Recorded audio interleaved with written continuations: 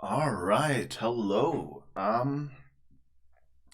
Within the last couple of episodes, or whatever I want to call these videos, I guess, we did basically we wrote a parser. Now the thing is, you can write a parser and you can run code directly from the abstract syntax tree, but most programming languages actually compile to some sort of machine code or a bytecode, like the Java virtual machine.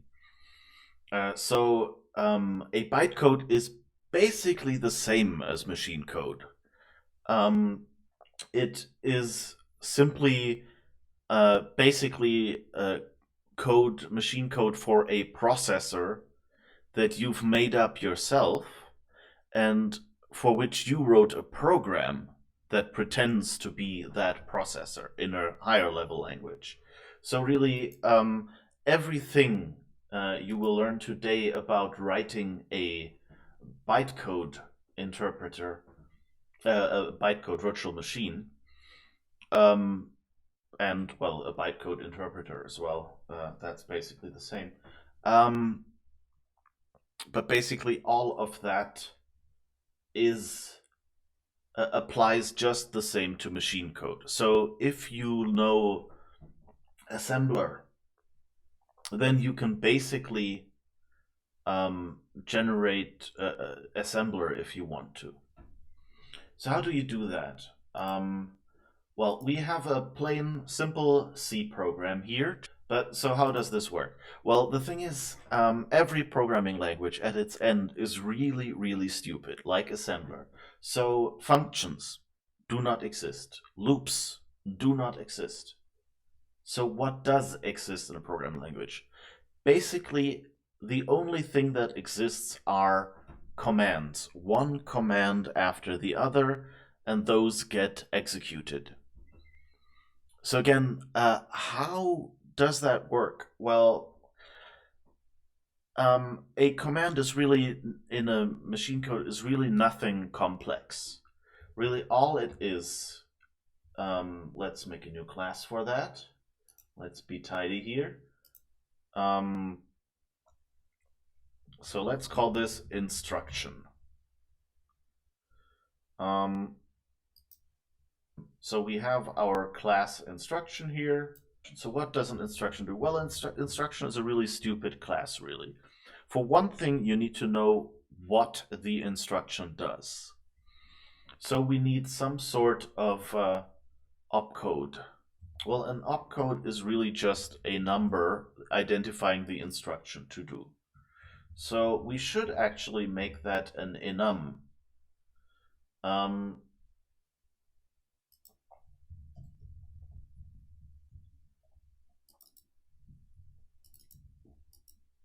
it's still just a uint8, but we make symbolic names for it. So what kinds of commands do we want? Let's generate code for a simple command that just prints the result of an addition.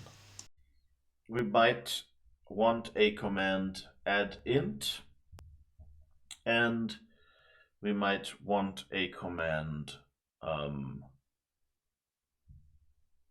push int. So why push? I'll show you in a moment, but basically what we will be building here is a so-called stack machine. And so you push things onto the stack.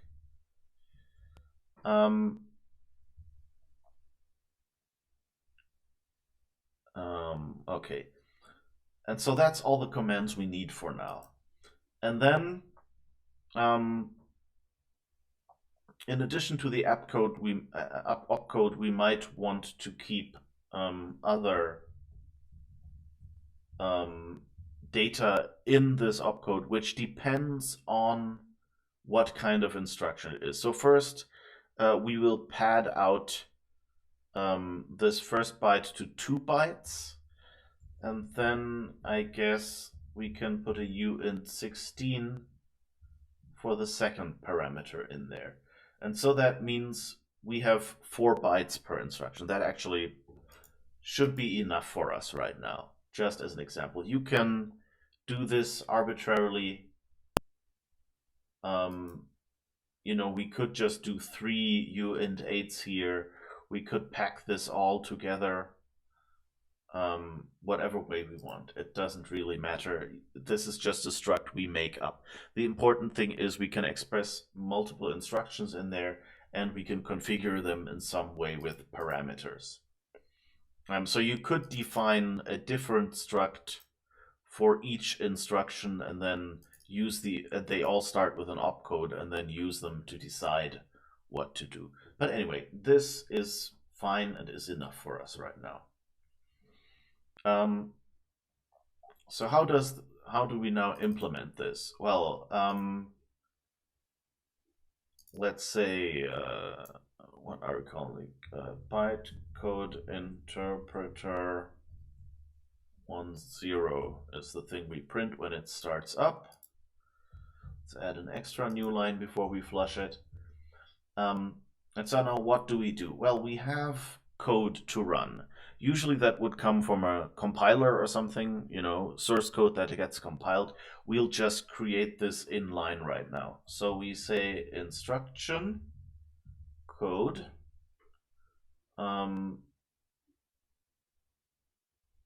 And of course we need to include that header, so we'll do that. Instruction code. All right, and so we just do an array of instructions. And so, for example, we say push int 1, let's say 0. We don't use the uint8. We want the uint16. And so we say, I don't know, 4000 is the number we want to push. And then we do a second instruction, push int. Again, we ignore the 0, and then we say 1042. These are 2 instructions, and a third instruction.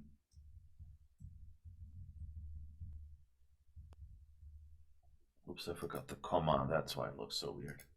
And there we say add int, and we don't use any of these numbers for now. So this is simple code. Now we need a stack to operate on. Right now we'll make that stack simple. So we just use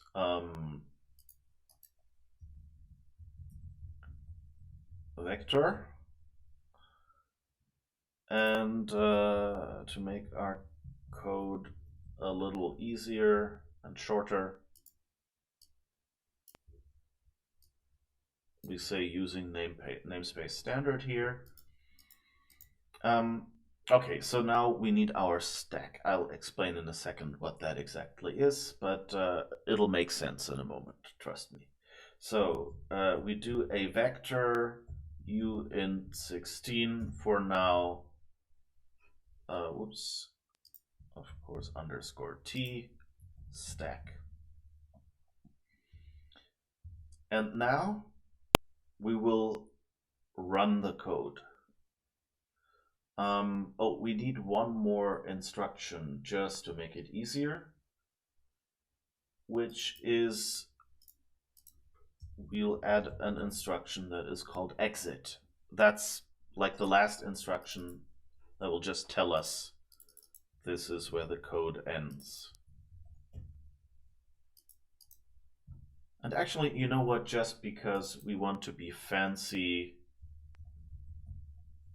let's add a print int instruction as well. All right. So these are the commands we want to do. It's mysterious why, trust me, let's just get going with the code. So now we need a current instruction. That's a pointer. In many computers, so these things we have here are kind of things that you have in assembler as well, in real code. So the stack is the stack. That's where variables, for instance, land in a real programming language. And the current instruction is sometimes called the program counter. But that's basically what it is, the current instruction. So we initialize the current instruction to our code, and then we do a loop while current instruction. And now in that, we find out what the current instruction is. Switch current instruction opcode. And now this is an enum, so that means our compiler can actually know. Should actually, yes, I think, yeah. For enumeration values, create missing switches. So our compiler actually knows what we're doing here. So since it knows all the cases that opcode can be, we just use it to generate those cases for us. That's faster. So exit instruction is fairly instant. You saw I did while current instruction. That was intentional. Usually it contains an instruction. What we now do is we use current instruction null, which is also false, so that's while. So we could do here, whoops, current instruction equals null pointer, of course, if we wanted to.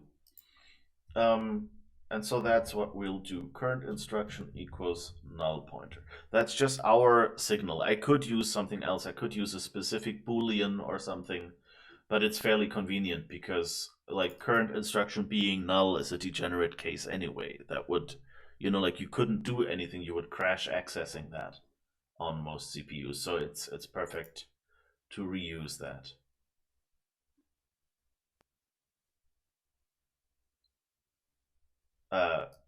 Is not null pointer, of course, is what I want to write, or while current instruction.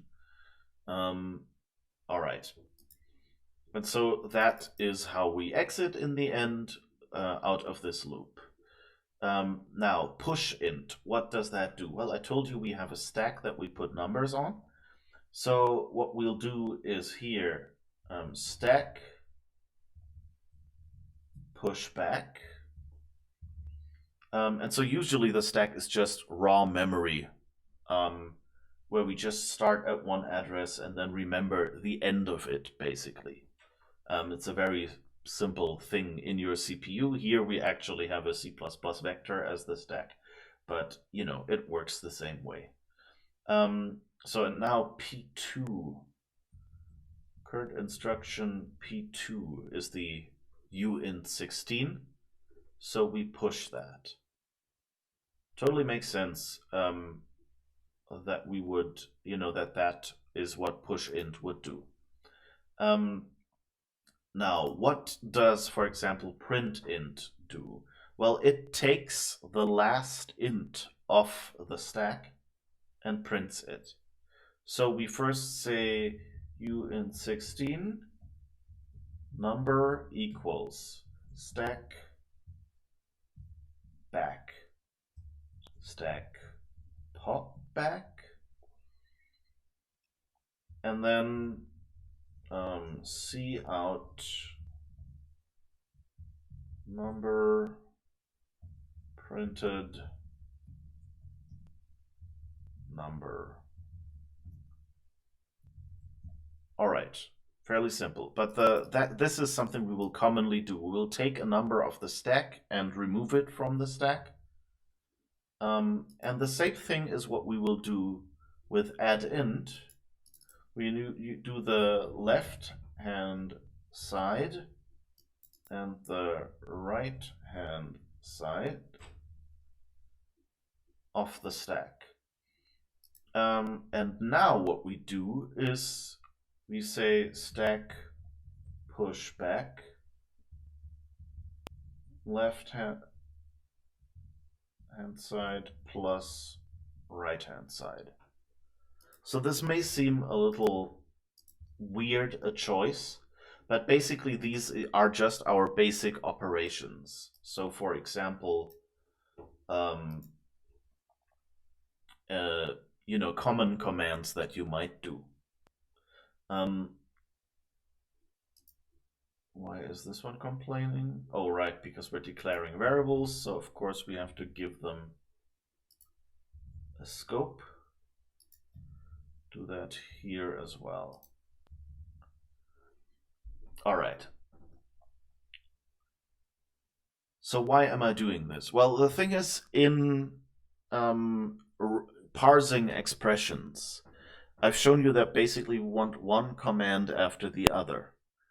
And the easiest way to handle this is with a stack. Because like if you have, for example, I don't know, 1 plus 2 times 3 plus 4, then the code you generate would basically be push 1, push 2. That's kind of, I think it's called reverse Polish notation. So instead of saying 1 plus 2, you say 1, 2, add. You know? And then, but of course, what you would do now is you would see 2 times 3 as a higher priority. So what you actually do is before you generate the add instruction, you just push 3, and then you go okay, plus is a lower precedence, a lower priority, precedence. So we can now do multiply. So we've done that, and then we do plus 4. So that means we do push and add. Those are basically the commands that you would generate reading this the way I illustrated in our parser talk. And the nice thing here is, as soon as you read one of these numbers, you can just generate the push instruction for it, save the operator, generate the other push instruction for it, and just keep going, and then later generate the associated operations. And what will happen here is, you know, your stack, sorry, push 4, of course. So your stack will look like 1, 2, 3, 4.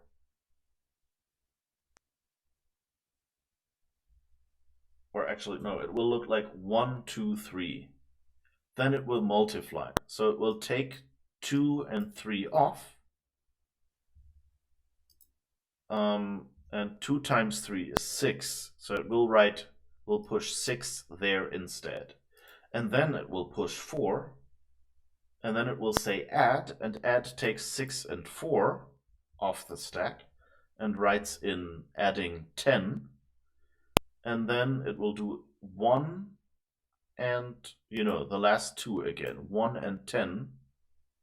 So it will take those off the stack and write 11 instead. And so you have the correct result. And that's basically your goal. It's a bit backwards to think about it that way. But anyway, so that's what these instructions do. Let's maybe print done.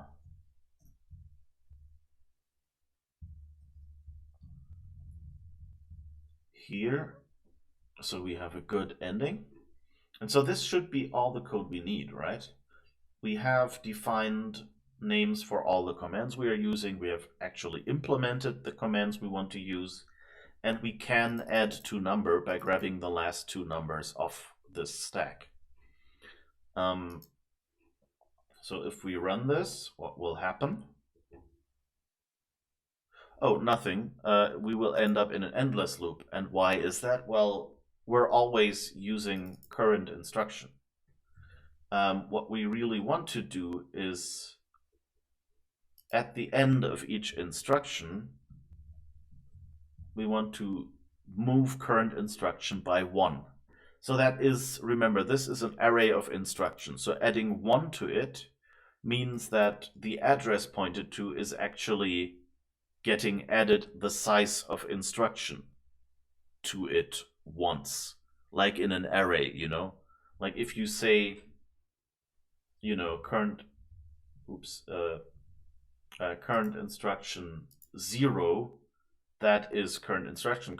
Instruction 1 is actually the one in code after it. So basically this is just an array as well. The difference why we have this array and current instruction is because we want to move around current instruction as needed. That will become more important later when we want to do, things like loops. So you will see. But at the end of every instruction, we have to add 1 to current instruction to keep it moving. So you notice I'm not doing this at exit because there we're setting it to null pointer. So that already means end, and if we add 1 to it, we won't recognize it as null. Makes sense, right? So let's just run it. And you see it printed 5042. And if you remember, 4000 and 1042. So we added these numbers. So let's just watch what happens when we run this code, okay? So let's run it in the debugger. All right, we're here. We can remove that breakpoint and we can step. So current instruction is the interesting thing. So right now it is push int 0 4000. As you see, that's our first instruction. It's exactly what we expected. And of course we have our stack, which is of size 0 right now. So we go in here, we switch, it says it's a push int. So we push back current instruction P2, and P2 is 4000. Exactly what we wanted. So we do that, and then we add 1 to current instruction. You see it jumps to the second push int, which is 1042. And if you look here, second push int is 1042. So yeah, that's working.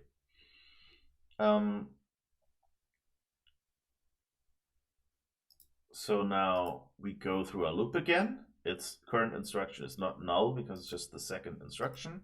It's again the push int instruction as we saw, and it grabs the 1042 and adds it to the stack. You see our stack here already contains element 0, 4000, and now we push back, so now we have 1042. Now we move on. Next instruction is the add int instruction. We set both parameters to 0 because we're not using them in this case. So we can just continue. Current instruction is not null, we're still going. Current instruction opcode is add int. So now we grab, and this is actually a mistake by me in naming. Or like I have to be a convention. Usually when you push something on the stack and you start reading left to right, then of course the left element is the first one to be pushed, and the second element is the second one to be pushed. So at the back of our stack, the right-hand side is actually first. So this is actually swapped. This should say right-hand side and this should say left-hand side. This is not important in addition, but in subtraction, this would be important, because if you subtract 2 from 1 or 1 from 2, that makes a big difference, All right, but in this case, it doesn't matter really. So we're getting the left-hand side from the stack. Let's see, left-hand side, 1042. You see it's the second one because it's on the back and we're taking the back off. So now we pop the back off. You see it's disappeared. So now we do the same for the right-hand side. So right-hand side is 4000 now. We pop, so that means our stack is empty again. You notice that it doesn't say 0, 1 anymore, but it still says capacity 2. That's just because vector optimized. You see here size is 0. That's the important one. Capacity is just when you make a stack smaller, it doesn't always reallocate the memory. That way it's faster, because the capacity is just you can push more stuff on it, And since, if you do multiple calculations, your stack will constantly go like more items, fewer items, more items, fewer items, more items, fewer items, So it would be inefficient to really, make the memory block smaller anyway. All right, and now we push left-hand side plus right-hand side. And now you see size is 1 again, and we have 5042 here as expected. And now again, we add 1 to current instruction, which now takes us to the print instruction. Again, print instruction doesn't use its arguments. And so now that just takes the number of the back, 5042, pops it, so cleans up behind itself, and now prints it. Now if we look here on console, it says 5042 printed. All right. And now again, if we go back into the debugger and step on, we add 1 to current instruction, so that goes to the exit instruction. And now exit sets current instruction to null. And now current instruction is null, so that condition doesn't hold anymore, so we drop out of the loop. That's the whole reason we have this exit instruction, is that at this point we can leave the loop. Otherwise we would just endlessly keep running off the end of the array. Another option, of course, would be to say, we remember how many instructions we have here and pass that to this. But the thing is, in code, what you usually have is you have things like different objects or shared libraries. And so you might compile code separately into separate memory blocks. But then, like the code for the first object is in one source file, so it gets compiled into one memory block. The code for the second object gets compiled into another memory block. And then this object calls this object, and this object calls it back. You want to be able to jump back and forth and still want to know when you're done. So that's why we don't rely on all our code being in a single array, but rather just use raw pointers.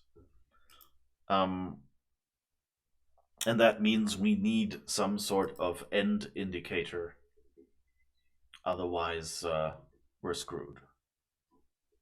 And that's our exit instruction. We will get a little bit smarter about that in the future. You shall see. Anyway, so we've done that. So now we're ending up at the done, and we'll return out of our program. Poof, it's gone. And you see number printed, done. So yeah, funnily, this is basically how every virtual machine works. That's how Java works under the hood as the basic principle. That's how a CPU works under the hood. Of course, instead of someone writing this code, compiling it, and running it on a CPU, like the CPU itself has like silicon that just takes like these bits, okay, then like just redirects electricity through materials that cause this behavior. But basically that's what happens in the CPU. So that means from our point of view as people who want to make our own programming language, who want to make a bytecode interpreter, that's what happens here. Now there are of course, it gets a little ugly if you have like a huge switch statement with each instruction in it in a single file. But it's okay for now. What you can do instead is you can pack this stuff into a struct. Say, you could create a struct interpreter registers and put these two things in it.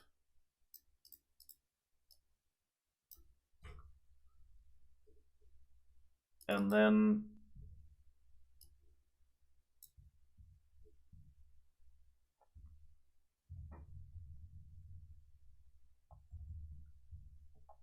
okay, let's just say, I think we can just go current instruction code here. And then, of course, we'd have to do this everywhere.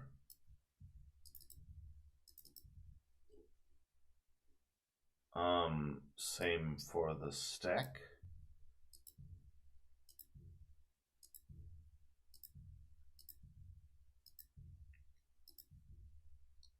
But anyway, so why would I do this? Well, what I could do now is I could make each of these cases a function. Now, here's the thing.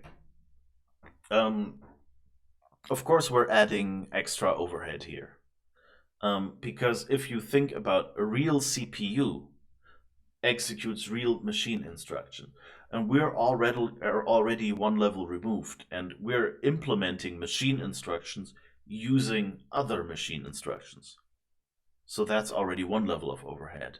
And now, if every instruction is a function call, remember in assembler, in a real machine code, one function call is a bunch of machine instructions. Like you push all the parameters on the stack. So basically, add int here is a function call.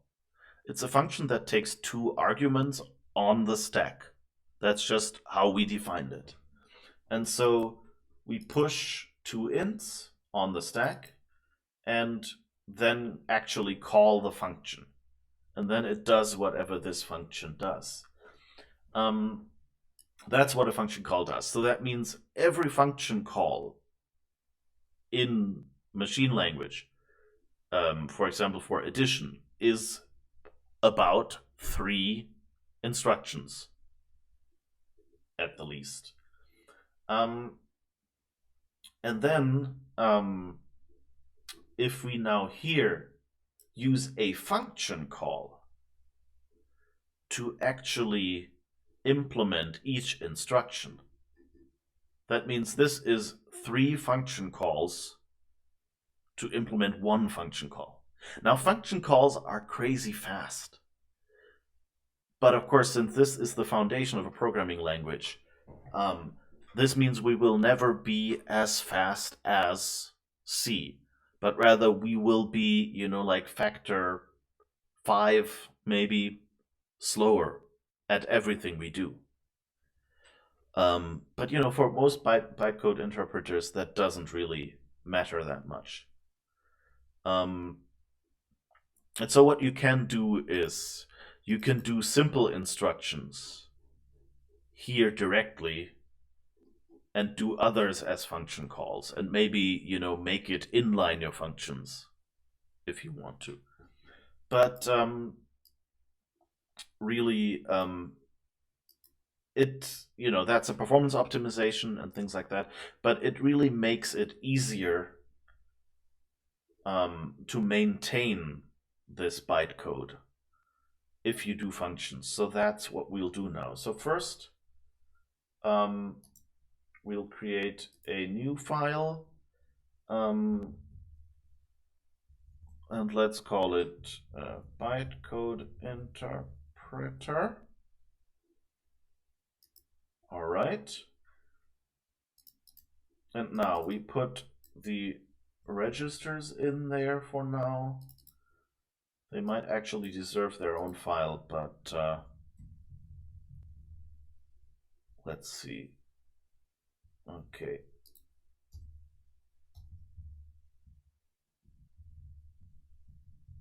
Instruction and wait,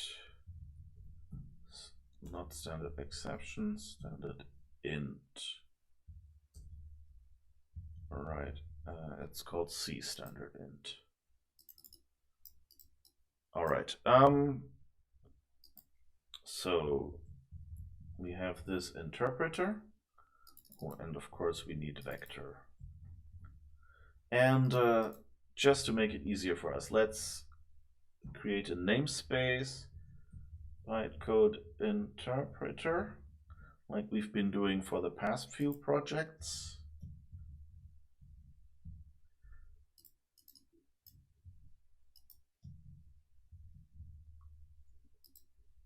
And this way we can do using namespace standard in here, and we don't have to qualify each of these with standard.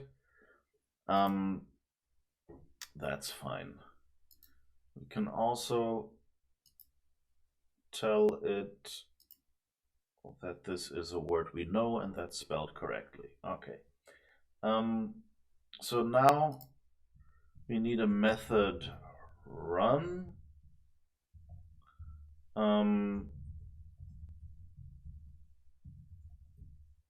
That runs some code.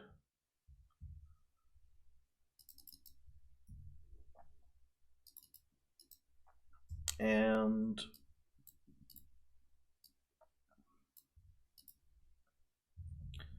namespace bytecode interpreter. And now bytecode interpreter void run. I could have actually just made the IDE do this for me, but hey.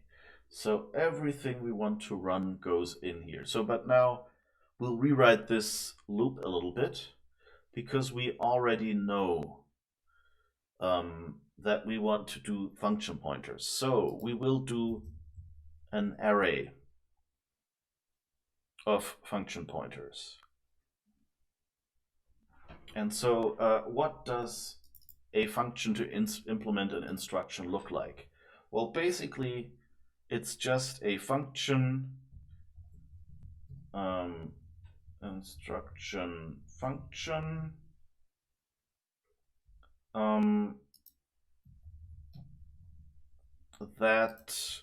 so we're declaring a function pointer here, and it takes just the registers to operate on. That's basically all it needs. All right. And now we need an array of these for our instructions. Why do we need an array? Well, you saw in instruction, we actually had exit, add int, push int, print int. These start at 0, 1, 2, 3. So that means we can make an array where functions implementing these are in the exact same spot. And that's basically what we want to do. So we want to say extern instruction function as instruction functions. Oh, wait, that's a global. So it actually gets a G. And now to make it a little more helpful, num instructions is what we'll name this one. And then we can make the size of this array num instructions. Why does this work? Because if you look here, 0, 1, 2, 3, 4. So that means the fourth one is actually the number of instructions before this, because we start counting at 0 in C. So that's fine. And now, yeah, we are here. We have this array. And now we actually declare this here. Oh, that needs to be inside the namespace. All right. And so now, what are the instructions we have? We have exit, add, push, print. So exit instruction, add instruction, instruction, or add int instruction, push int instruction, and print int instruction, right? That was what we had. Exit, add, push, print. Exit, add, push, print. Yes. So these are functions we'll declare in a second. And now how does our interpreter loop look? Okay, first it needs a interpreter registers variable. And again, as we did before, we'll just do current instruction equals code. So we start interpreting at whatever pointer we are given. This doesn't even have to be at the start of our code block, which will become useful later on, because we can put multiple functions in the code block and just remember where each one starts, and then just give this a pointer where to start. And once the function is done, it can call exit to jump out again. All right. We have this, and now our familiar while registers current instruction not null pointer. And now all we do is g instruction functions registers current instruction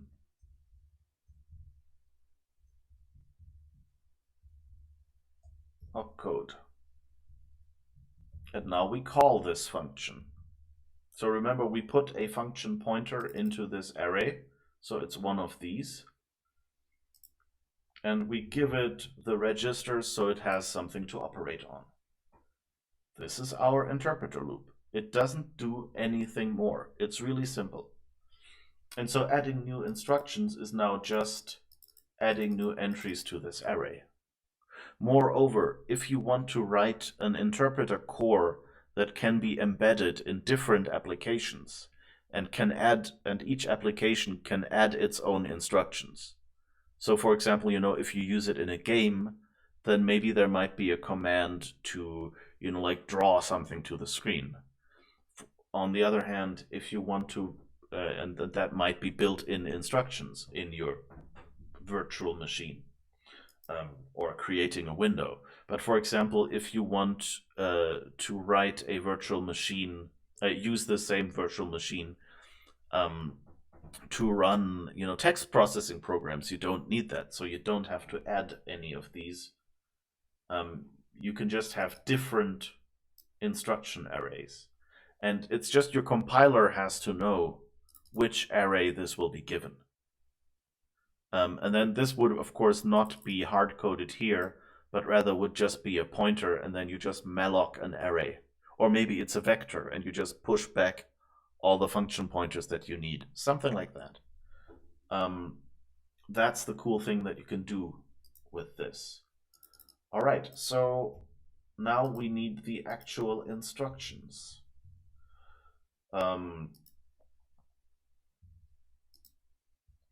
What is it?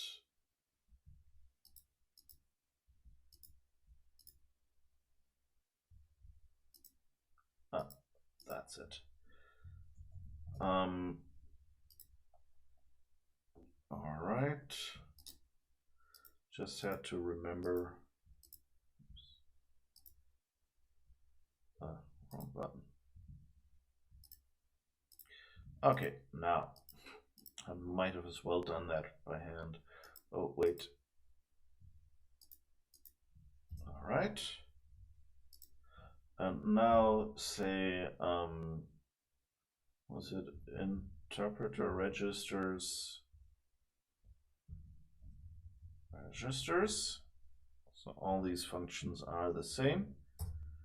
And now we give them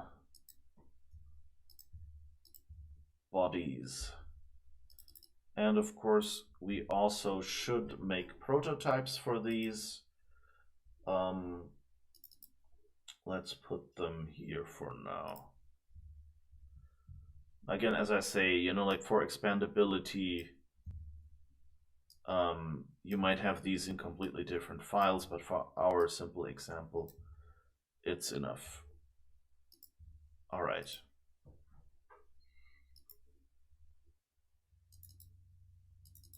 So now we have these functions, and now these functions will do what we know. So this one we can actually just type in again. Current instruction equals null pointer. And then we'll go in here and grab the rest. Add int.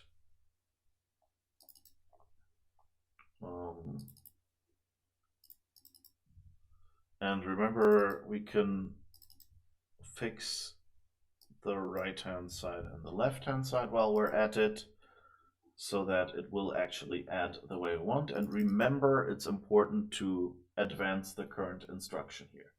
This seems a little short-sighted from like a professional programmer point of view, that you would do it like this, that you would go and have every instruction added. So why don't we put it in the loop here? Well, the reason is that some of these functions will be doing things like jumping to a different instruction. And for those, we don't want it to advance the instruction. So that's why basically we cannot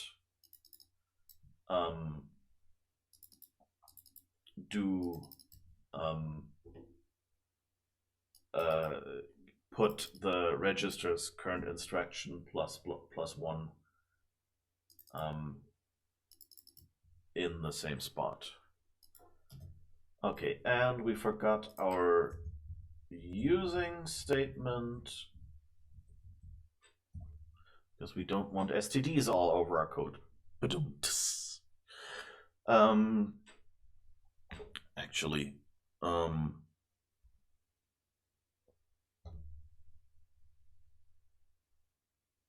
oh, right. Never mind. I thought I had a sound button, but of course I don't have a sound button.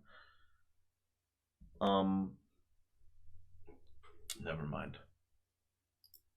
It's set up differently. Oh, and of course, since we're outputting to the console,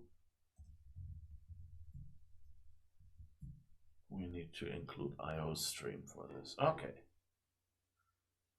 So this is just, it's never used. Oh, wait. Poof. Now it's right. All right, and now we can get rid of all of this.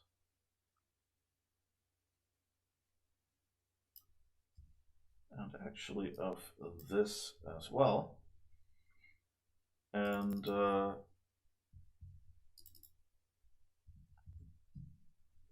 just say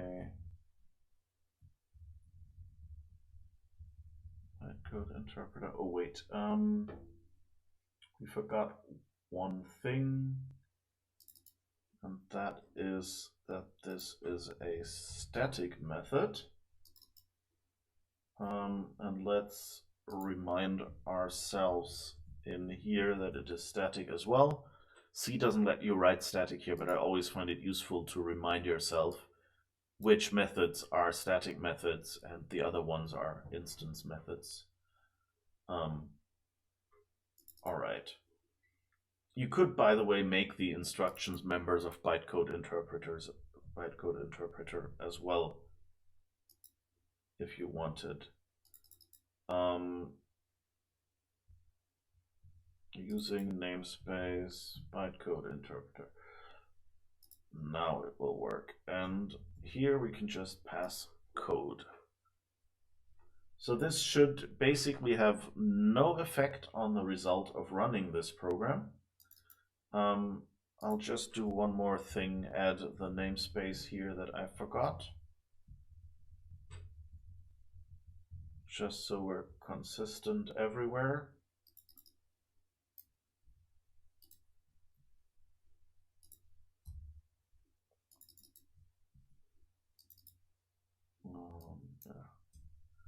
Don't actually have an implementation here. You could argue that maybe these instructions should go in instruction CPP instead, instead of bytecode interpreter, CPP, and maybe the instruction function array as well.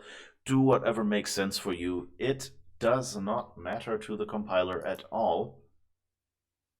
It might be of interest. And yeah, we still get 5042. We print done. We added this space so it looks a little nicer. And if we had negative numbers, then of course that would work better as well. Then we could do subtraction as well.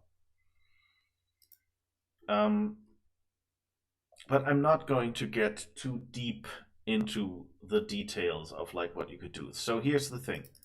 The stack, in our case, it's actually a stack of ints, and the only data type we know is an int. In a real computer, of course, your stack is just a bunch of bytes. And so you can decide what should be on there, and can be items of different sizes. And you just have to remember at which spot on the stack which one is, so that you can, correctly push or pop it. That's a bit of math. Like, you have to calculate basically how big is my stack. And if you want to take 2 uint16s off the back of the stack, you will actually have to say, okay, that means I take size of the stack -2. Or rather, usually like the compiler has just a block of memory, and it knows the address of the end of the stack, and then it would subtract. In this case, we would probably just pop 2 bytes off the back of the stack. So pop twice if it's a uint8 stack. And then write those stack into a uint16, so that we have both bytes of the uint16. That is like work that you could do or something. I'll leave that to you. It's not really too interesting for this example. And if you've followed so far, then I hope that you can figure out how to do it. I mean, if you think it would be nice to have a more low-level stack that can do different data types, we might do that in an additional episode. But anyway, so now we have our nice self-contained bytecode interpreter, and it's easy to add a new instruction by adding one of those constants and the corresponding function.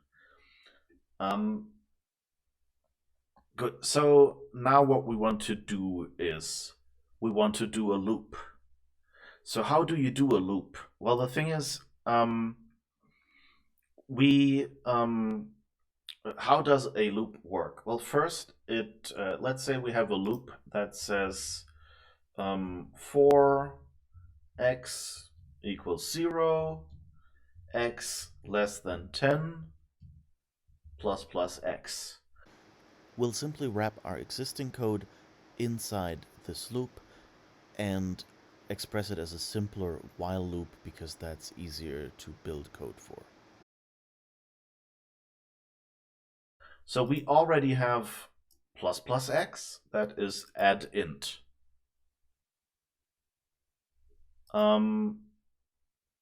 Or we sort of have it, because now it gets interesting. We have plus plus, but we don't really have x. We don't have variables yet. But we'll have it in a second. It's not really that different. So we need some way to test less than 10. So the first new instruction we need is compare int less than. And by the way, when you do something like that, it's always a good idea to document what this stuff does. And having functions is actually really nice here, because what you can do is you can document it in the functions that actually do the work. So let's see, open and right split. Now we can have both open. That's nice. So the first thing we will do is we will comment each of these instructions with its associated enum. That way you can more easily find out how to generate code, for example, and how to look up stuff that goes together. Makes sense, right? So we'll make a new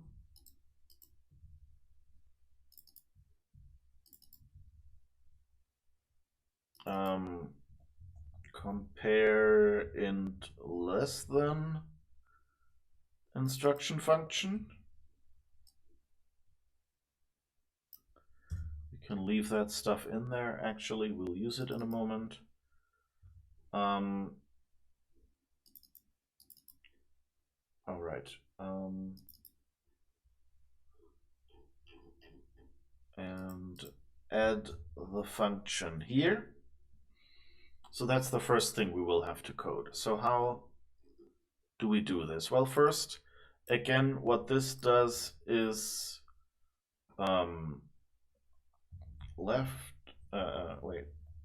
right hand side and left hand side. So we get the two arguments of the less than operator, and then pop them away, and then we say register stack.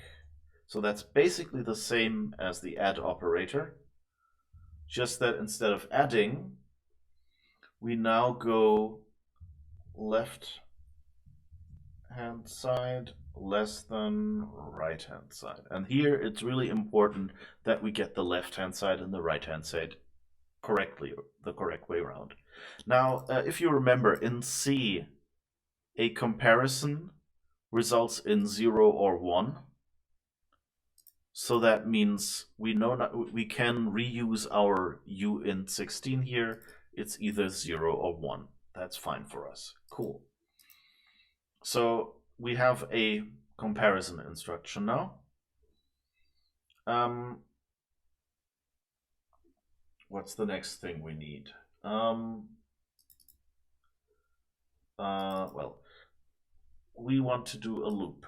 So x equals 0. We can actually do that. But what is x? Well, we have our stack. Right now, what we did is always we pushed stuff on the stack or we popped stuff off the stack.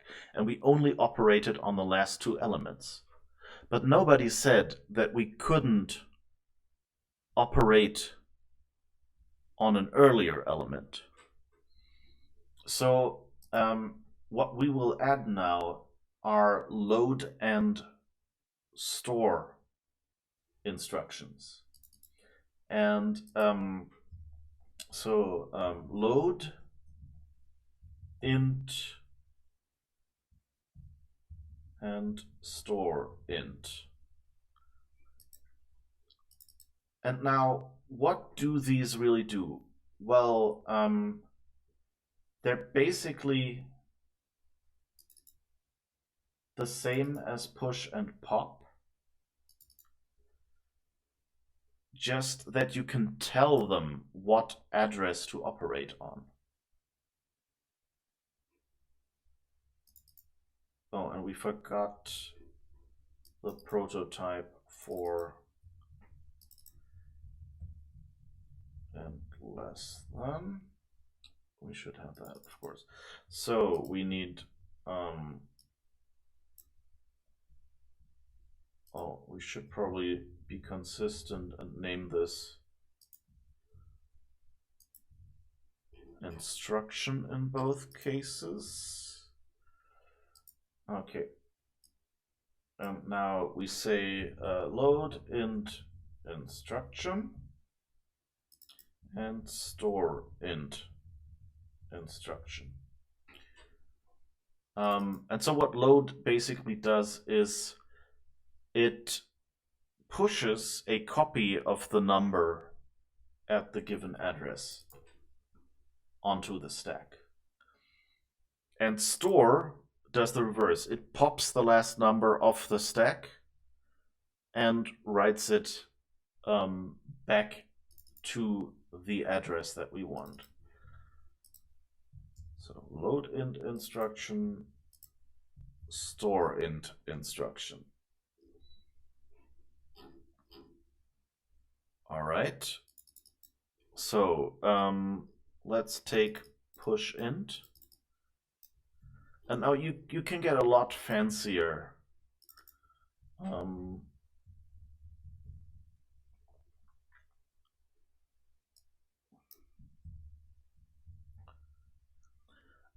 With this, because what you could do to make things a little more, to use fewer instructions is instead of load int, you could have an add instruction that actually, as one of its arguments, takes the variable to add to like the stack address.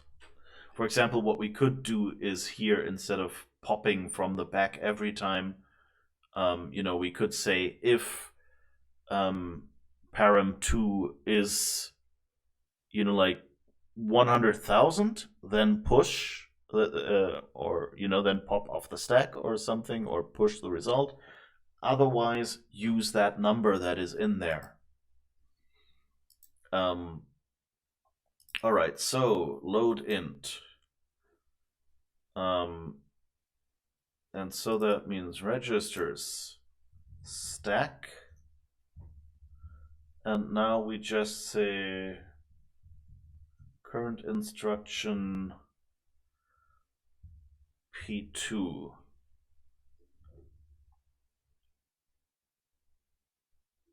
So we take whatever is at the position that P2 indicates, the that manyth slot on the stack, and push it. That's all this does. And now we do the reverse, store.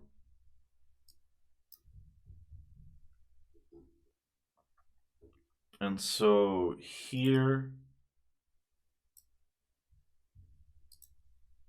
we say registers stack, registers current instruction P2 equals registers stack back. And then we say pop back. That's all we have to do here again. This is again the same as we've been doing here. We get the value and pop it, just that instead of getting it into a variable and later pushing it again, we just overwrite whatever is at this address. So that means what we can do now is we can reserve a few spots in our stack at the start for variables. And then behind these, we can do our add, subtract, and things like that. So now for our loop, there is one thing missing, and that's the actual looping. So we can write to variables, we can add to a value and then write it back to the variable. We can compare, but we also have to jump. And so for that, we will create another new instruction, which is jump by if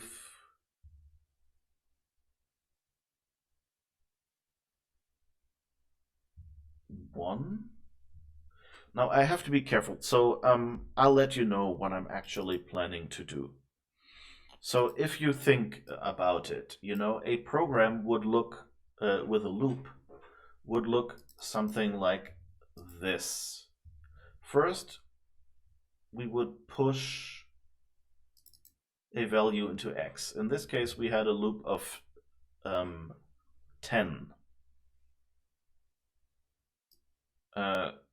No, wait. We have a loop of 10, but we want to add. Okay, so we push 1 in. That is our variable x. And then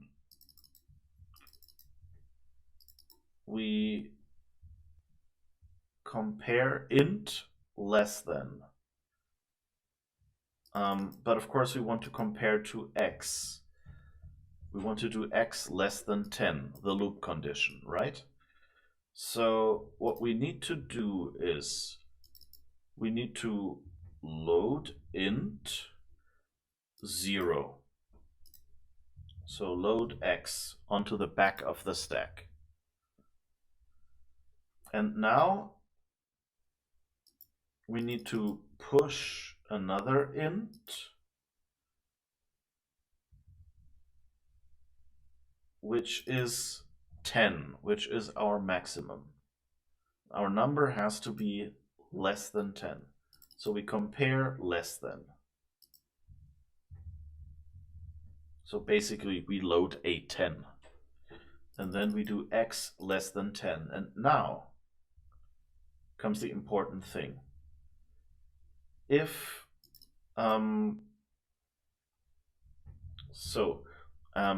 we want to jump here. So if it's less than 10, we don't want to jump. So we actually have to say jump by if 0. And now by how much do we want to jump? So what jumping is basically what I said earlier with current instruction, without not being able to do this generally, because this jump instruction will add to current instruction. And so let's see, our loop body is 1, 2, 3, 4 instructions. So from the current instruction, we need to add 1, 2, 3, 4, 5 to it to get to the exit. But actually there will be something else down here. So it's actually not 1, 2, 3, 4, 5, but actually we want to get 6 instructions further. Why this? Well, if the condition doesn't hold true, we don't want to execute the loop body. Then we want to get to the end, so past the loop body. So that's why if this is false, bail. If x bigger equals 10, bail. You know, that's what we want to do here. And now, what do we do down here? Well, the thing is, if this didn't trigger, then it will just jump by 1. You know, like any other instruction. It will just do nothing and jump by 1. Then it will perform our loop body, and then we want to get here at the end. We just unconditionally, always, we want to jump back up to our loop condition, which starts here where we load the x. So that means we need to subtract 1, 2, 3, 4, 5, 6, 7, 8. And now it bites us that I chose uint16 and I have to change it. I'm sorry about that. So let's quickly go here and just say, I guess uint8 we can leave, but let's do this as int16, and let's do the stack as int16 as well. And I guess all the uint16s in here need to be int16s as well.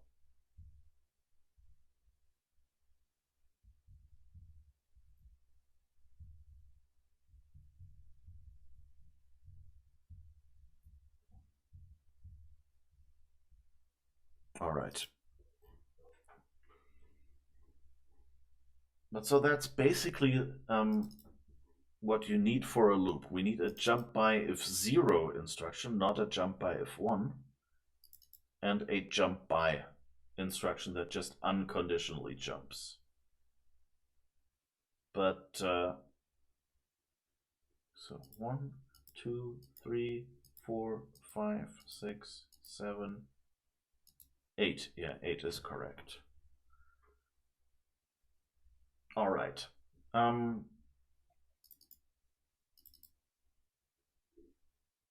So jump by if 0 and jump by. And remember, these are all relative jumps. So like we take the current instruction address and just add this number to it or subtract that number from it. All right, so that's what we do. Let's do jump by first. So what does this do? It's easy. It just takes registered current instruction plus equals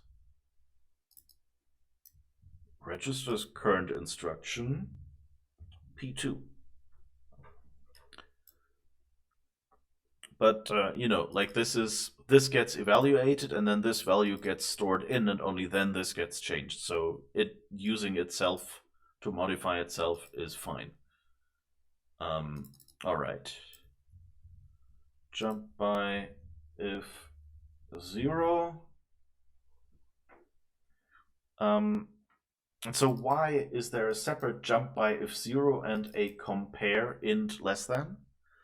Well, for one, it makes generating code for the loop easier because you can. Oh, I forgot something. But okay. It makes generating code easier because you could just say the loop is always the jump by if 0, and the loop condition is always something else. And compare int less than isn't part of the loop. It's actually just a generic less than operator that you can use in many other spots.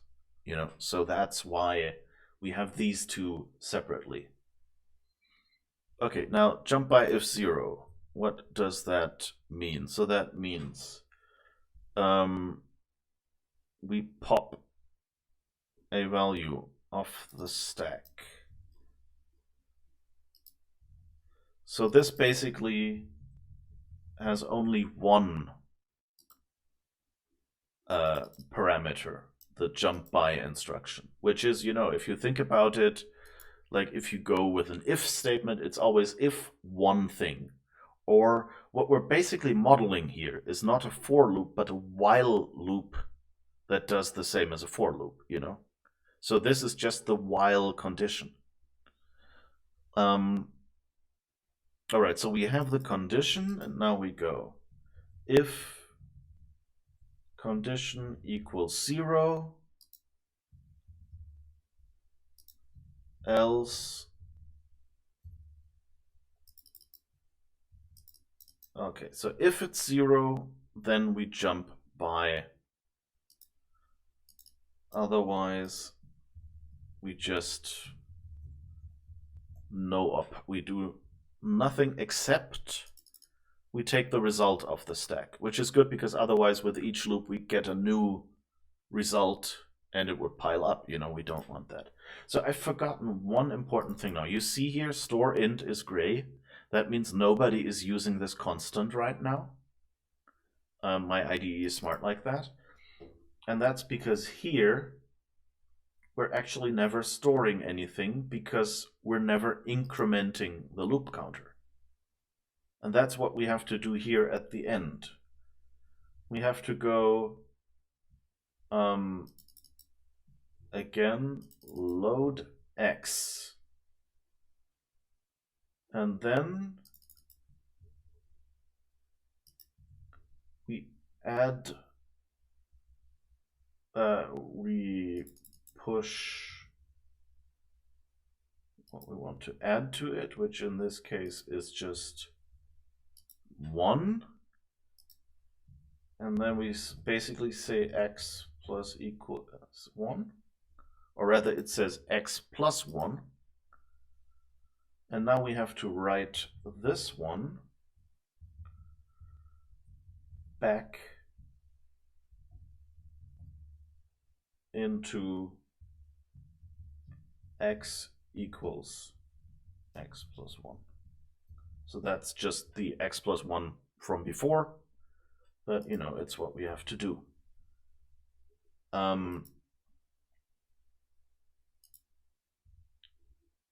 So basically this is our old code that just, you know, adds these two constant numbers and prints them out.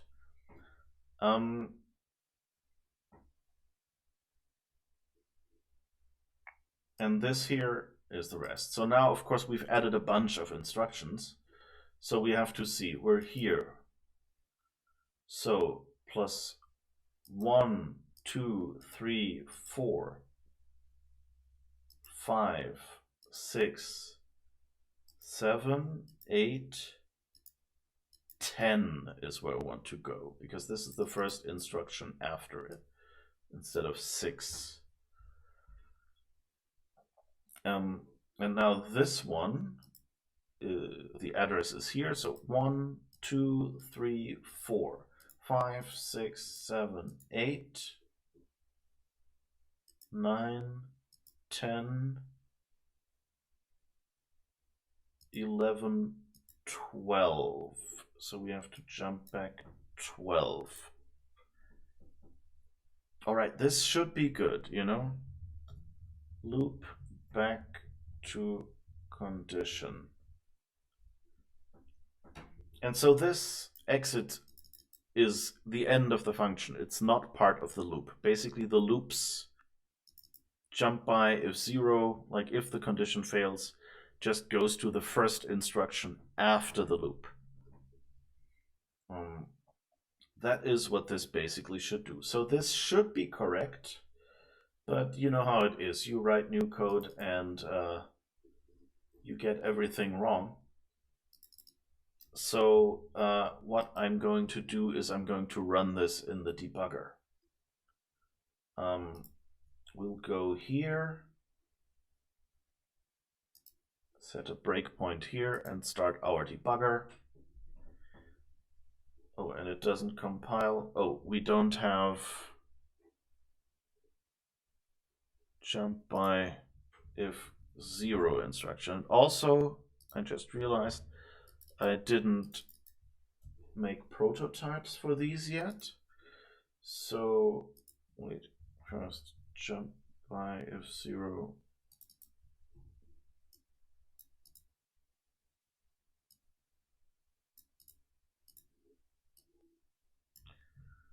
And jump by instruction. And now, of course, we need the prototype, which is here.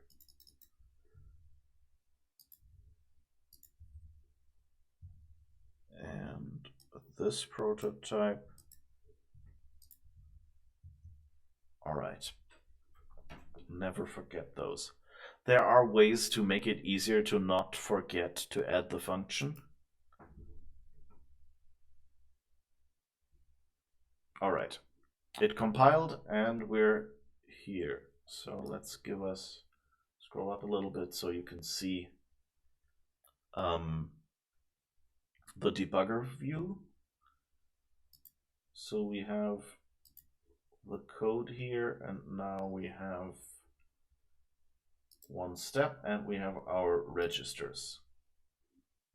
Nothing on the stack, and the current instruction is push int. This first push int is where we just reserve space for our variable. So here we, in our nice, friendly, predictable bytecode interpreter, actually push a 0 onto the stack. In your computer, since you know your computer just has a position in memory at which the stack starts for any function call, and then all your computer basically remembers is the start of the stack and the end of the stack as two memory addresses. And so what your computer would just do, it would take all the variables it needs, their sizes, add them up, and then at the start just add that to the end address. So if you have two int 16s, that means you have 4 bytes that you want. In this case, we only have 1, so we have 2 bytes that we want. So it would just take and and add to the stack end pointer or back pointer as it's called, would just add 2 to the back pointer. If it added 4, then it would add 4. It wouldn't actually clear out that memory. And that's why in C, so many variables are actually, just garbage if you don't assign them a value initially. Because it only increments the stack pointer and reserves space. It doesn't actually do anything with that space.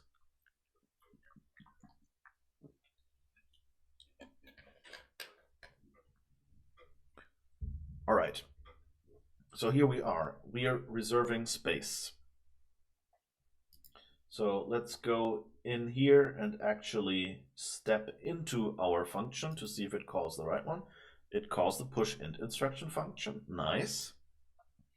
And now it pushes back P2, which is 0.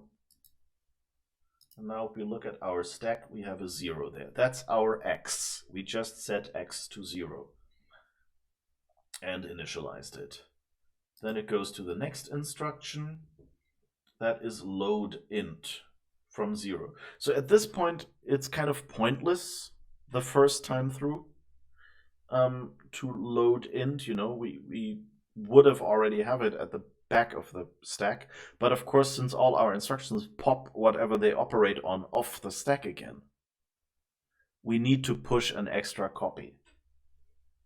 But it should just push 0 here then.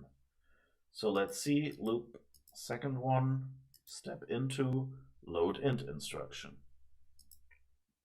So it takes, let's close this one again. So here, it takes registers current instruction P2. Current instruction P2 is 0, so it takes this value and pushes it. 0, 0. Great, just what we expected. So we have x still here, unchanged, unharmed, and we have our copy of x, so we can say x less than 10. And so now the next instruction is push int 10, as you see. So again, let's step in. It is the push int instruction. It looked it up, right?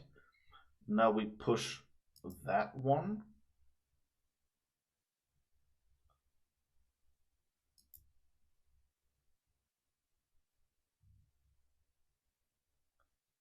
That looks a little weird.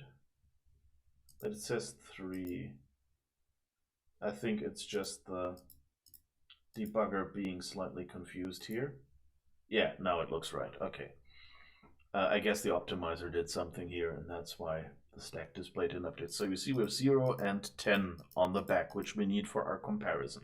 And the next instruction is our comp int less than. So perfect. Let's go another iteration. And now we're in less than. So we first push the 10, which is the right-hand side. Pop it, I mean. And then the left-hand side, which is the 0 right now. So left-hand side 0, less than 10, and that's true. And now we have a 1, which is true, here on the back of the stack, as expected. Now we move on to the next, and now jump by if 0. It should jump by 10 if this was 0. But as we know, it's our first iteration. So we go here, step into, and see. We get the condition, pop it off the stack. So again, only x is left on the stack. And we now have the condition, which is 1. If condition equals 0, we would jump, but no. So we just move on by one instruction. Now, if you remember here in our main function, so we're here, we say we're not going to bail. We can execute this loop for one iteration. I should have probably picked a lower number than 10, come to think of it. Okay, so we're stepping out of the function again. The next instruction is push int.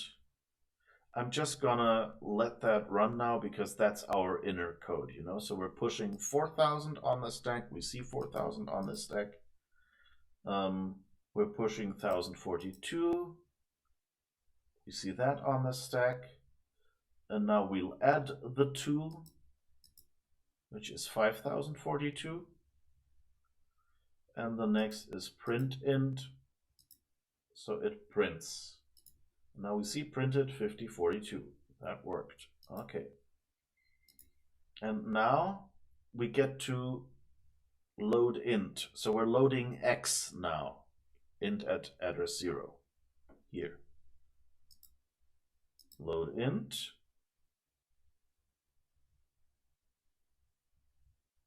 Yeah. And now we push 1 because we want to add 1 to it.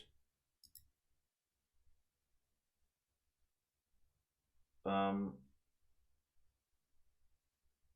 now we actually want to add the 2.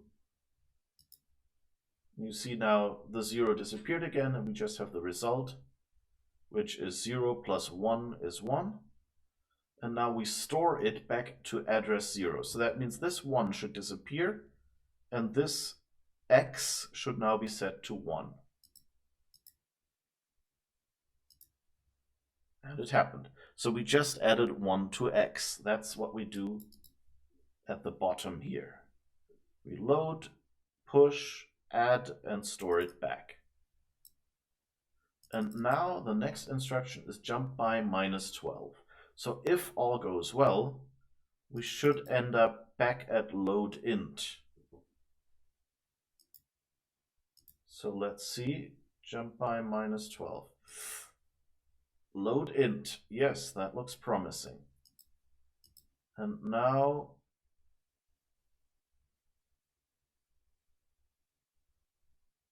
load int 0.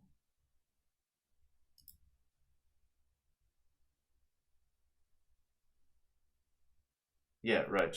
Load int from address 0. So we got our 1, our x, are now comparing, are now pushing 10.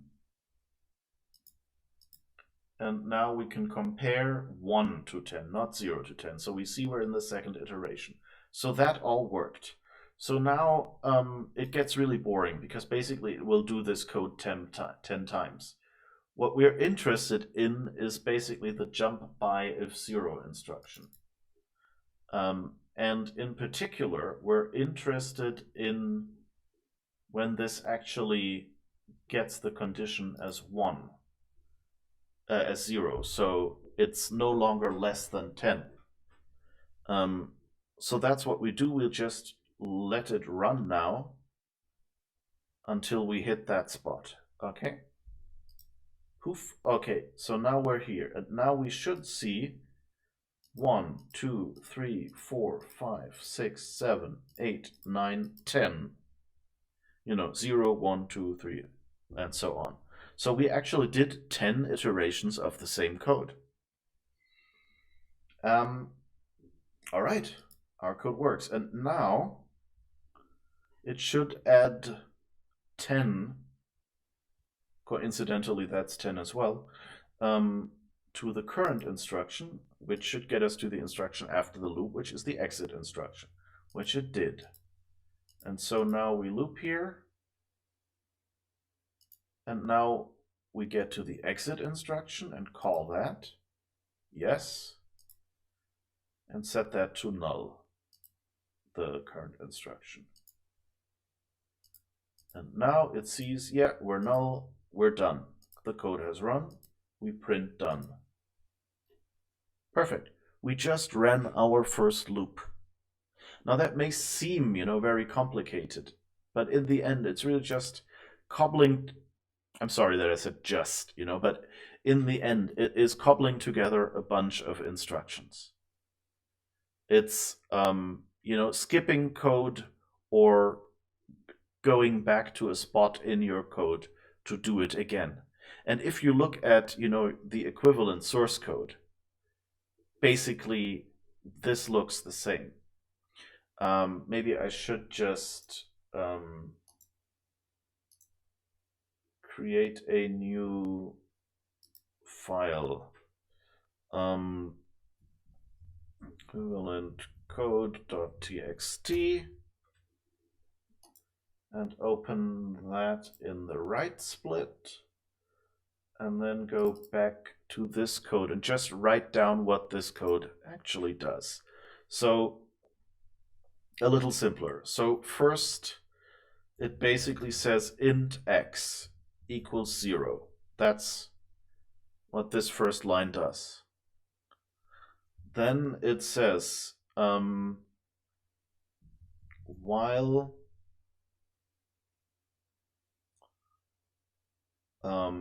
and the while happens a little later. The stuff in brackets happens first. So while x less than 10 is what it does. And then it does,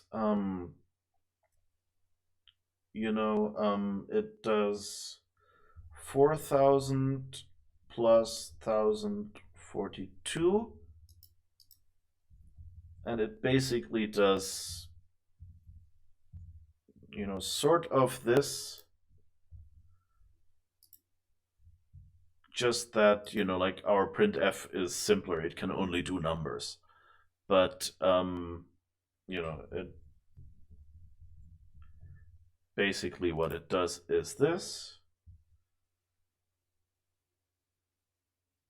And then it does x plus equals 1. Because like while is the most simple form of a loop. With that, you can basically fake every other loop. And so me using for as an example kind of assumes that you know that the stuff at the start in a for loop, the first item, is this in a while loop. And then the stuff at the end here is the x plus equals 1. And so now if you look at it, what this basically, like if you read this code as it executed, it would say do this, then do this, then do this, and here, go back here, evaluate the condition again, then do this again, do this again. You end up here, jump back up, with your eye and read this again, do this a couple of times, and then when this doesn't match, okay, now skip this whole block and execute whatever is, down here. That's basically what this code does. And basically the jump by, you can imagine that this is basically it does the line numbers.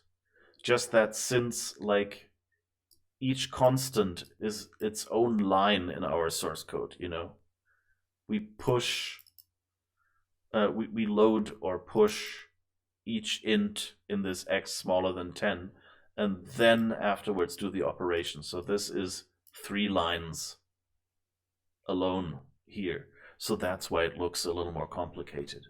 But I hope that makes it a little clearer. And that's basically how a loop works. Now the thing is, how do conditionals work? Well, I'm not going to actually do conditionals here, but it's the same idea. Basically, you generate a compare instruction and jump instructions. Oh, like a compare expression, actually. So these. You don't need a counter variable in an if statement, of course, but what you basically do is if you have if x less than 10, do something. What you do is you check the condition. Then if the condition is true, you just continue like in a loop. If the condition is false, you jump past the end, past the last statement in the loop, you jump to here. So basically it's a loop without the jump by, with a negative jump back up. But now, what do you do with a loop that has an else statement? And that's where it gets interesting. So it starts looking more similar to a loop again, but instead of jumping up, you jump down here at the end. So what you do is, if this is true, you do these commands, and then once you hit this spot, the last instruction is jump by. That jumps over these statements down to here. Because after the if, you don't want to do the else. So you skip all the else statements. On the other hand, if the condition is false, you jump past the if like before and land immediately in the else block and just do whatever it does. Just make sure you don't jump from the if to the statement that jumps over the else block, but rather you need to jump one after it. Because otherwise you would skip the if and the else, which of course is not what you want. But so basically you've already, if you've understood the loop, you basically know how to do a generic conditional. It's the same idea. Now, one problem here, we're working on doing a programming language, as you might remember. We have written parsers. So our parser at the end would output an array like this one. So how you saw that I went and wrote this code and then went and counted and went, oh, and I'll need one more, so I have to do -8, I think it was back then, but -12 right now. So how do you know how large these blocks will be as you're writing the code? And here's the thing, you don't need to know it as you write these blocks. When you parse the code, you know that you're doing an if and an else and that you're outputting the code for them. And all you need to know is whether, when you hit the closing bracket, you look ahead, do you have an else token? If yes, then you generate a jump by instruction to skip over the else, but just set its how far it should jump to 0. But what you do is you remember which instruction that was. You go, okay, this is instruction, and we start at 13 and at 28. So that means 15.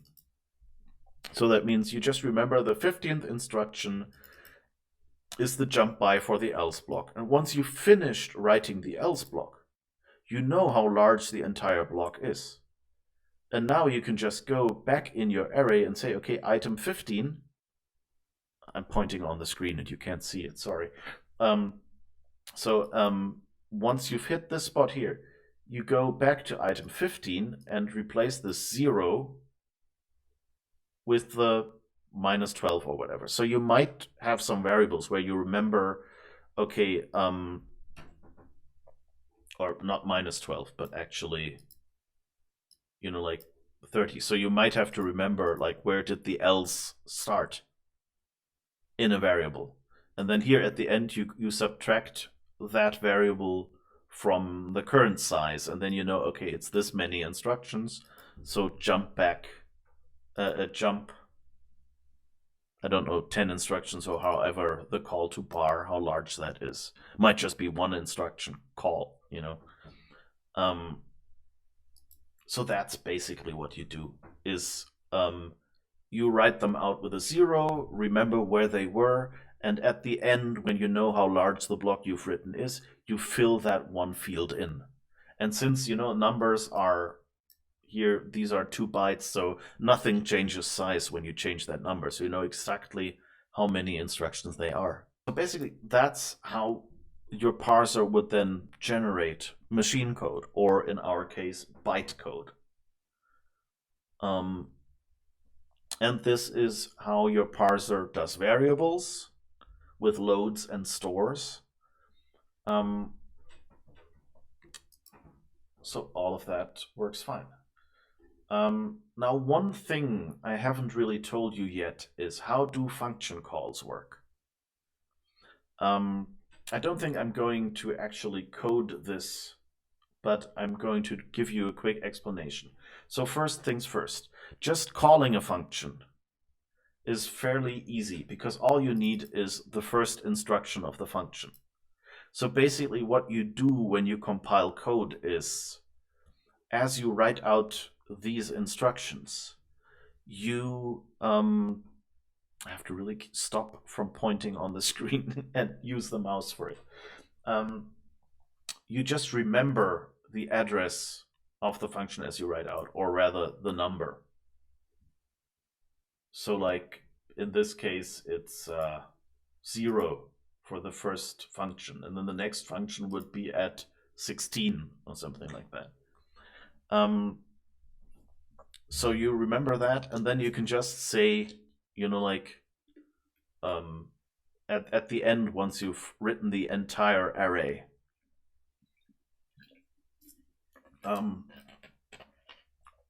once you've written the entire array, then it won't move again. Remember, as you add instructions here, if this is a vector of instruction onto which your compiler just pushes new instructions, then of course the compiler will reallocate your memory. And then the addresses of the individual instructions will change, even though, the first instruction will still be at index 0. Here, in this case, we have the whole code right where we are. But like usually, when you parse code, you don't know how long the program will be, so you will end up reallocating. So only remember the index, the how manyth instruction it is. And then once you're done with the entire program, add the index to the final pointer at which your code ended up. And you have the address of each function. And maybe, then you build a hash table or something that contains the name and the index. And then when someone wants to call something, you just look up, okay, which instruction corresponds to the name of that function, which actual instruction address. But there's one problem with this approach. It's that since you're here assuming that your int is at address 0, so that means if this function recursively calls itself, so like you add a call instruction that as one of its parameters has the actual memory address, then you have the big problem that it will, the inner call to your function will overwrite the x of the outer call, and you lose that. So how do you fix that? Well, that is actually the entire reason why we're doing this crazy thing with the stack. Because you can just append to the end of the stack. So what you will do is you go to your bytecode interpreter thing here and add what is called a base pointer. This is not actually a pointer, it's more let's call it base index. We already called the program counter current instruction, so we can pick any names we want. So this is the index of a stack slot. And in fact, it is the index of the first stack slot for your function. So how do we do this? Well, it's easy. When your function gets called by run, what it actually does is it like no, when you first go into a function, that's basically it. Then you remember the current size of the stack. So in this case, this is 0 because we created a new stack here in the run function. So you would just go registers base index equals registers stack size. That's what you remember here. And now whenever a function is called, you take this base index, push it onto your stack like any other number. That way you've saved it. And you can restore it when your function is about to return. And then you put the current stack size into this base index. And all your loads and stores for variables are relative to this base index. So you basically change your load int and store int instructions so they don't use 0 and 1 here, but actually 0 plus base index every time, And if you do that, okay, and so that way, no matter if like this function calls itself or this function calls another function, it will know that the other function already used the first 15 stack slots or whatever, and will just start at 16 instead of at 0. So that way you're safe.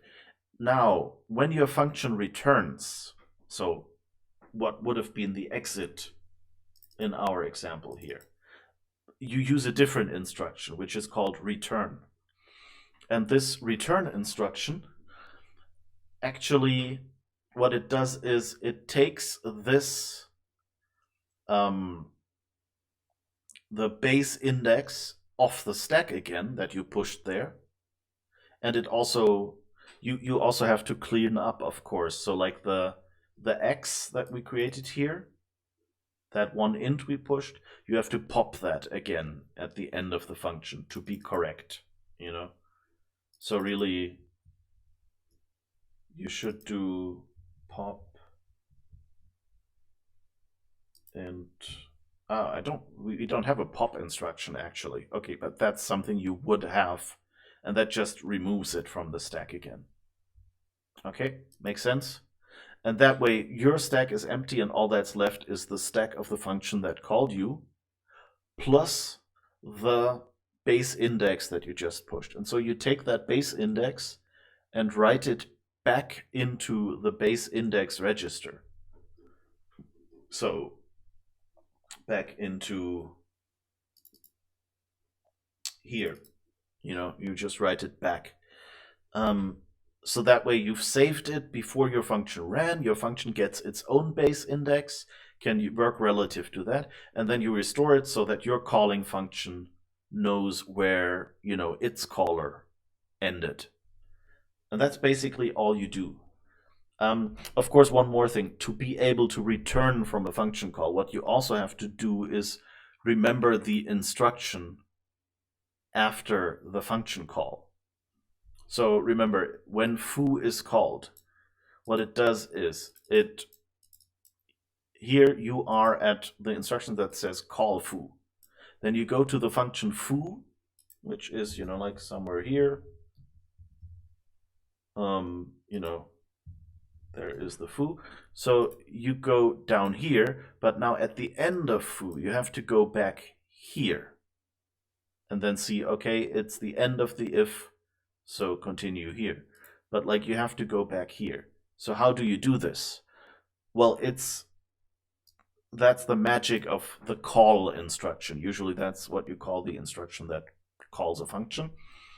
The call instruction, usually the two things it does is, at the least, it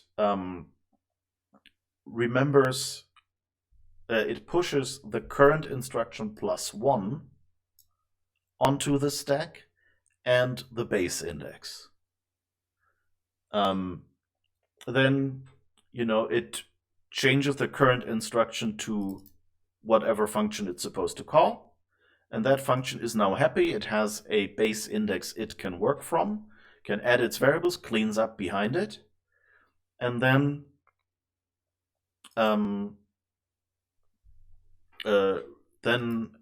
as it returns, it first takes the base index back, writes it back here into the base index, how it was saved, so everything is like it was before the function was called, so that this function is fine. And then it sets current instruction to the instruction that is on the stack, pops that off, and that's the return address, And so that means it sets current instruction to this spot and has successfully returned. Yeah, and how do parameters work? Well, it's actually fairly simple as well. I keep saying fairly simple. I know this must be complicated, especially with me just, counting it off my fingers right now. I hope I'll do a second part where we'll actually code it.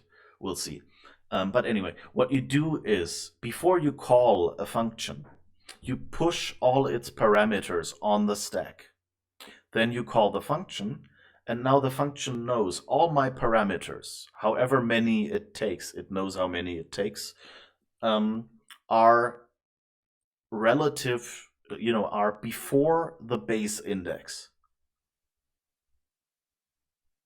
And so it can just go, okay, those are my parameters. And also, if you have a return value, then of course that has to be on the stack after the function call. So what you usually do is you push any space for the result onto the stack, so reserve some space for the result, then push any parameters that the function gets, then call, that does the whole base index magic, the function does what it wants. The function calculates, okay, up here is where I should store my result, uses that just like a variable, but from a negative index from the base index, and it accesses the parameters using negative indexes from the base index as well. And that's it. And then when the function returns, what actually happens is that whoever called the function cleans up all the parameters again, and then all that's left on the stack is the result of the function.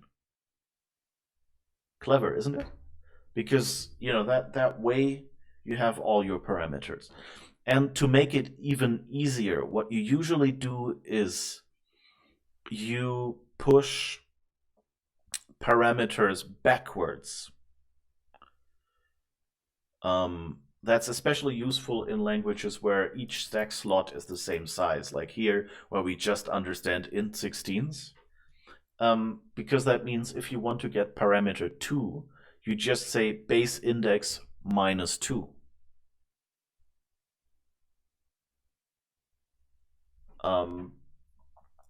Or -3 or -4, if you push the parameters backwards. So the last parameter first, then the second to last until the first.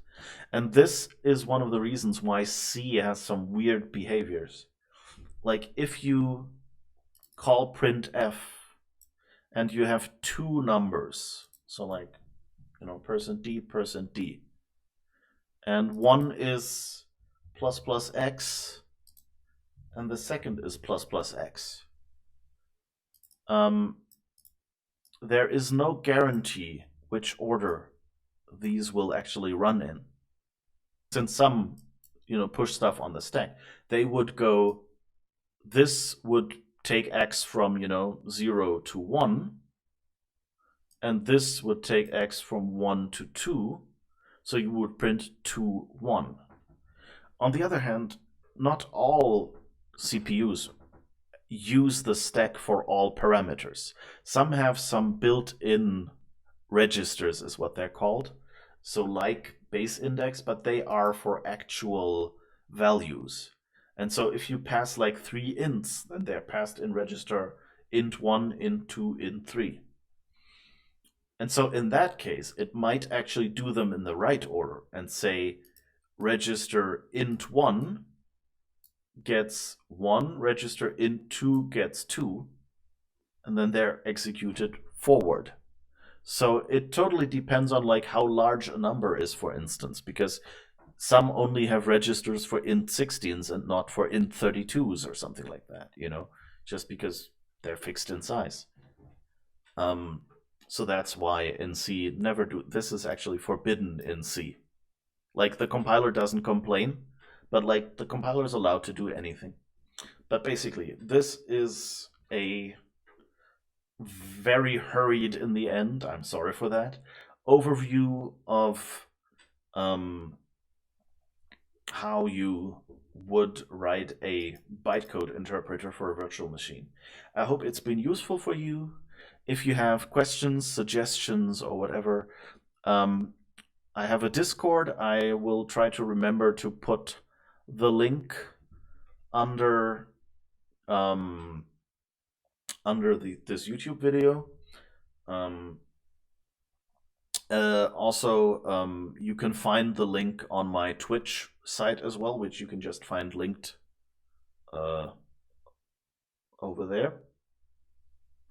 The black thing, Twitch TV/OnlyWitness.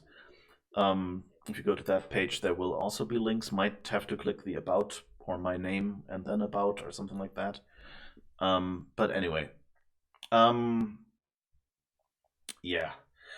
So in that Discord, we can discuss stuff like this if you want.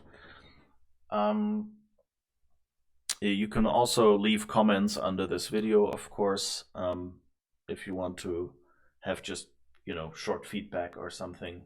Let me know what you think about this, and maybe I'll do a part that actually implements function calls some other time. We'll see. Thank you for watching, and I hope it helped. Bye-bye.